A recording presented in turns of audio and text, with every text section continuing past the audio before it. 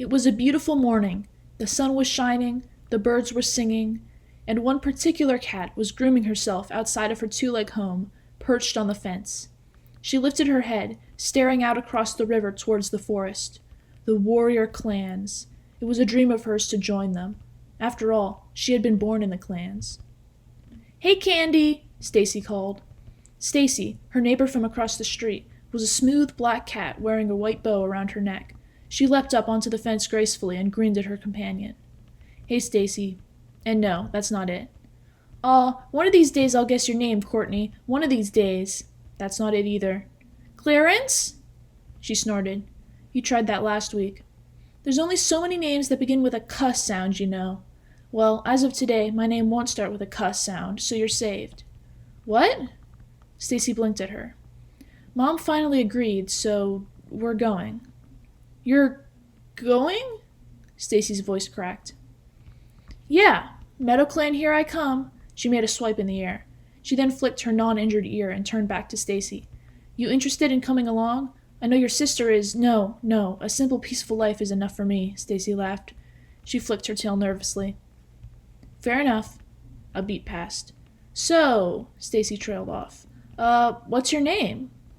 "Flamepaw."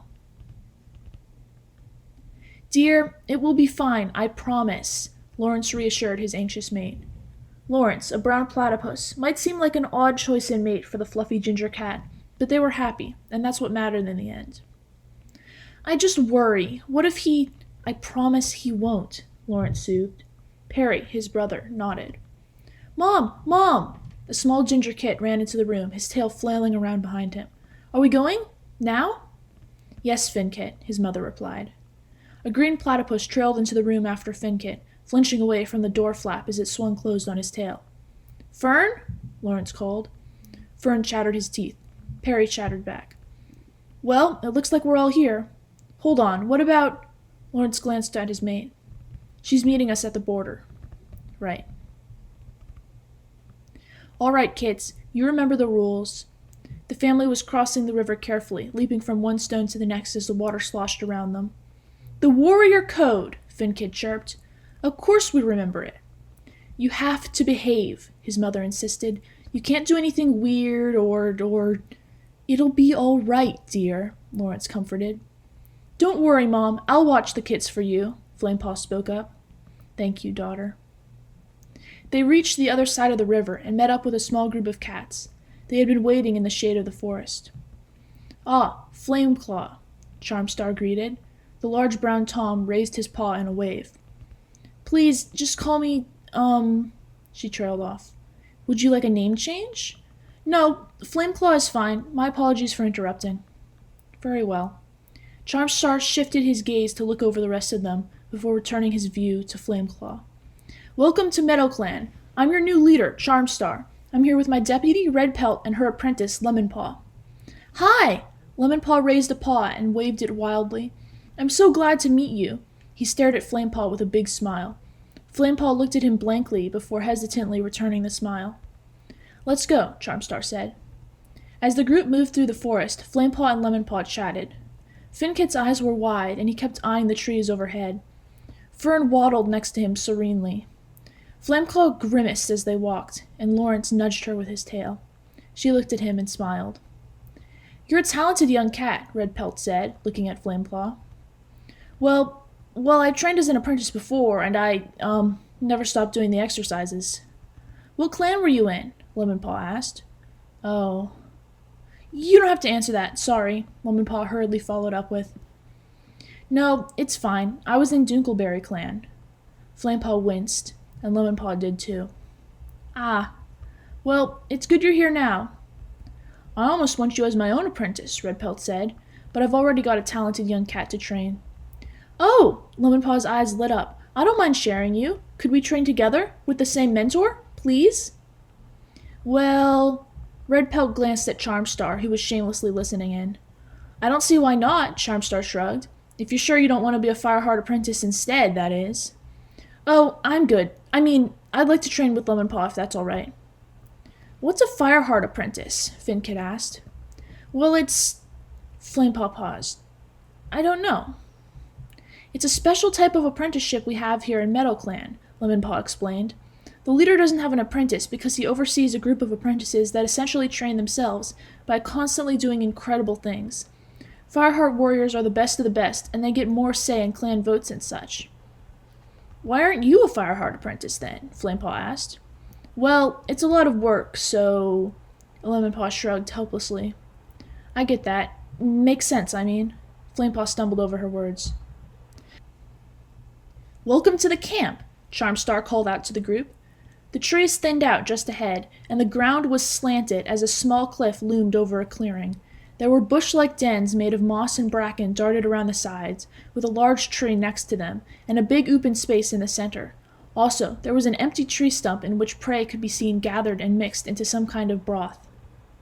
All around the camp, heads raised, and voices lifted in greeting. Come on, Flamepaw, I'll take you to meet the other apprentices. Well, the non-Fireheart ones, that is, Lemonpaw offered. Flamepaw nodded quickly. Fern, look at that tree, Finkit gasped. He ran over to it and curled up at the roots. I feel like I'm a part of nature. Fern followed him and carefully lowered himself down onto a root. He chattered happily, hugging the root, and then slid forwards, landing on his beak. Finkit looked at him for a long time and then gasped. Fern, I know what we're going to do today! Perry had slipped into the background throughout the walk, and when the queens began to greet Lawrence and Flameclaw, he knew it was probably about time for him to leave. He backpedaled, ducking out of view just as a brown cat said something to Flameclaw. I'm Barkpelt, and this is Goldenhawk, Appletail, and Biffstone. We're the queens in camp. Of course, now you and... what's your name? Lawrence. Their voices faded out as Perry ran through the forest, retracing his steps. He hopped directly into the river, swimming to the other side faster than he could have jumped off the stones, and he dove out the other side, shaking the water off quickly. He hurried down the streets of the small town, heading back towards the house where his two legs lived. He approached the fireplace, glanced around to make sure the two legs weren't in the room, and then he flicked a special switch to make the flames disappear. He ran into the entrance hidden behind the logs, and flames reappeared behind him. Down the tunnel, Perry watched as the brick walls turned into steely metal, a staple of the organization he worked for. Agent Pete! A voice rang out from the large monitor in the secret base. Perry quickly slapped his hat onto his head, and he reared up onto his hind legs. He chattered at the screen, and an image of a gray cat with an impressive monobrow appeared.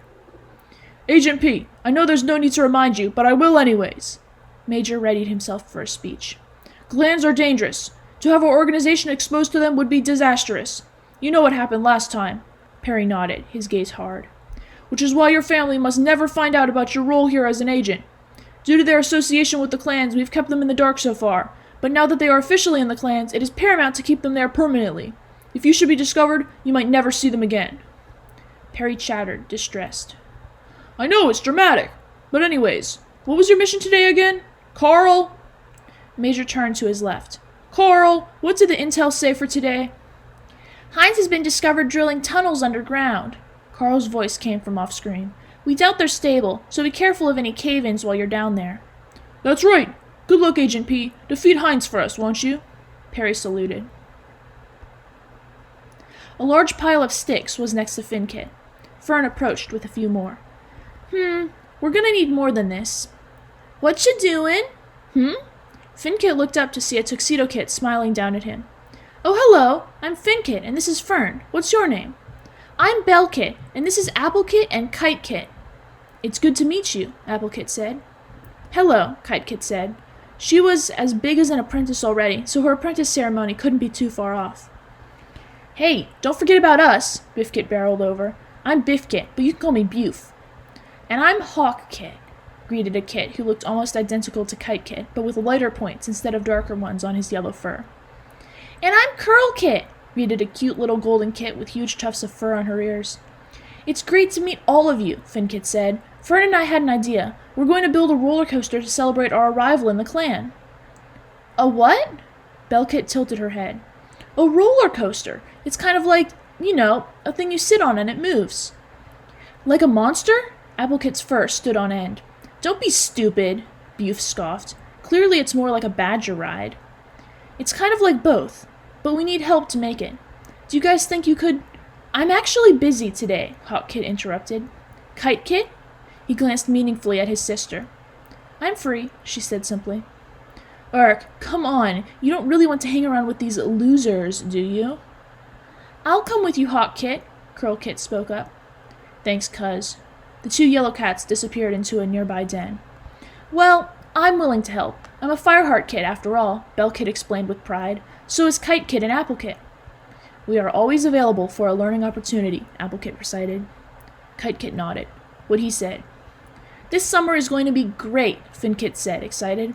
Summer? Do you mean Greenleaf? Bell Kit asked. What's Greenleaf? What's Greenleaf? Where do I begin? Bell Kit trailed off. She got a determined look on her face. I'll tell you about it while we work, okay? Perry approached a strange-looking building. It was built from the same metal that his organization used. He slipped inside. Stacy, watching him from across the street, wondered why he was wearing a hat. Flamepaw's head was spinning. She'd met so many cats today. There was Treepaw, a fluffy brown cat and Lemonpaw's best friend. Then there were Pigeonpaw and Junglepaw, brown cats with white patches. Pigeonpaw was the healer apprentice, and Junglepaw was the cook apprentice. Then there was Pinkypaw, a small dog who'd apparently been adopted by Barkpelt a few moons back. And that wasn't even counting the Fireheart apprentices. Gingerpaw, Hollypaw, Squirrelpaw, Mousepaw, and Owlpaw. Flamepaw could recognize Gingerpaw easily since she was Stacy's sister, but the others were harder to remember things about. Owlpaw used to be a kitty pet, and Hollypaw, Squirrelpaw, and Mousepaw used to be Dunkleberry clan cats, which explained why they looked vaguely familiar. Flamepaw absorbed that her apprentice ceremony was going to happen in an hour. She looked around. Wasn't she supposed to be doing something right now? Oh yeah. Finkit, Fern! Flamepaw stalked over to where the kits were gathered. Her brother seemed to be building some sort of cart. What are you doing? We're making a roller coaster to celebrate the start of Greenleaf. What? I'm telling Mom. Okay. Flamepaw spun around and searched for her mother.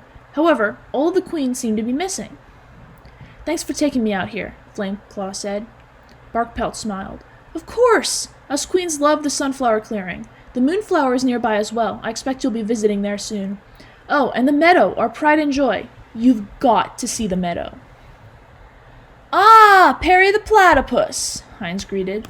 What an unexpected surprise. And by unexpected, I mean completely expected! A large claw on a chain erupted from the ceiling and grabbed Perry, leaving him dangling. Let me tell you about my evil plan for the day. So, I've been digging. With my drill. Perry chattered. Yes, you're wondering why, but I'm about to tell you. You see, I hate the clans. After my horrible kithood growing up in Dunkleberry clan, I've always hated them. I want to rule them, of course, to make them better, but mostly I want to destroy them entirely.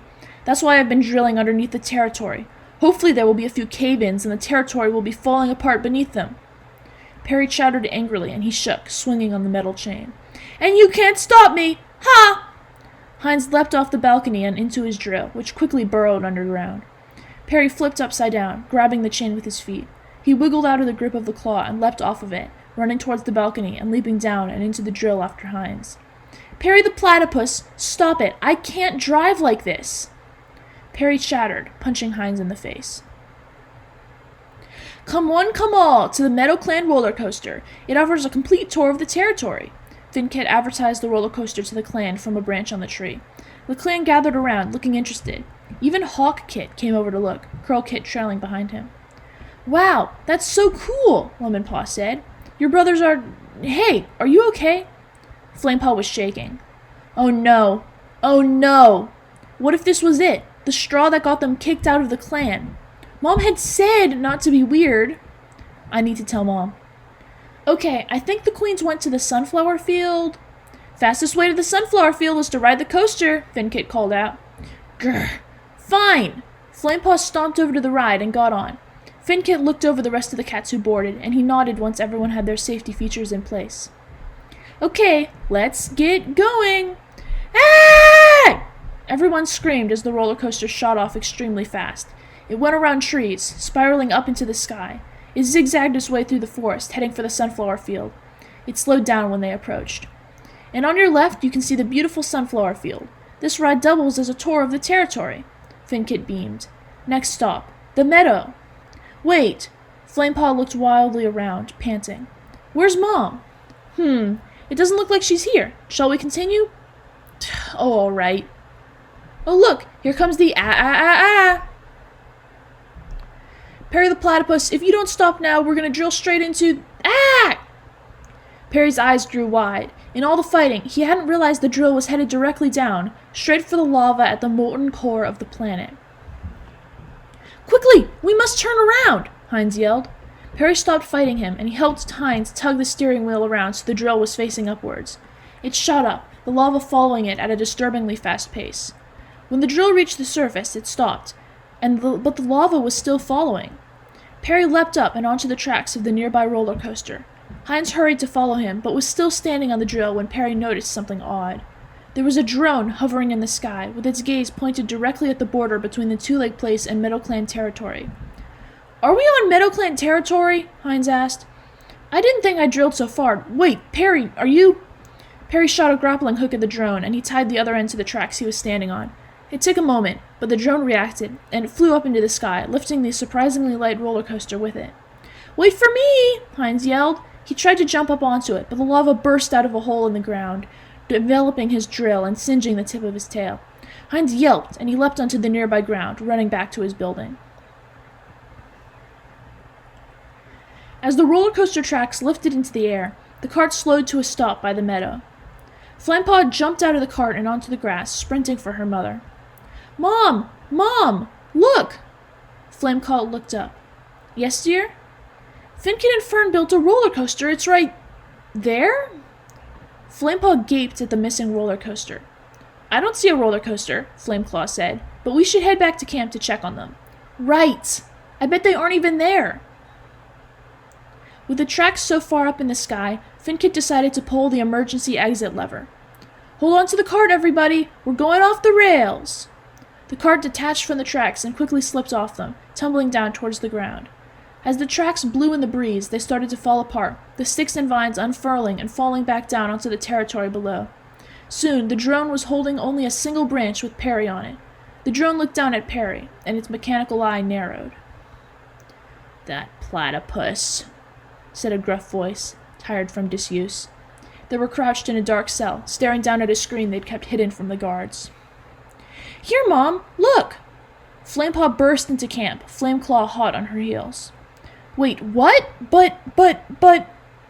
Finkit and Fern were sitting beneath the tree in camp, looking peaceful. Above them, the other kits and a few apprentices were tangled up in the branches of the tree, and they started dropping down, thanking Finkit and Fern for the fun ride. Well, I see everybody's here, Flameclaw smiled. What was it you were so worried about, dear? I guess nothing. Flamepaw glared down at her paws. One of these days I'll prove to you that they do this kind of thing, though. One of these days you'll believe me. Sure, honey, Flameclaw replied, bemused. And welcome to our new apprentices, Kitepaw, Hawkpaw, Duckpaw, and Flamepaw. Everyone cheered for the new apprentices. Kitepaw looked towards the other Fireheart apprentices, who surrounded her immediately.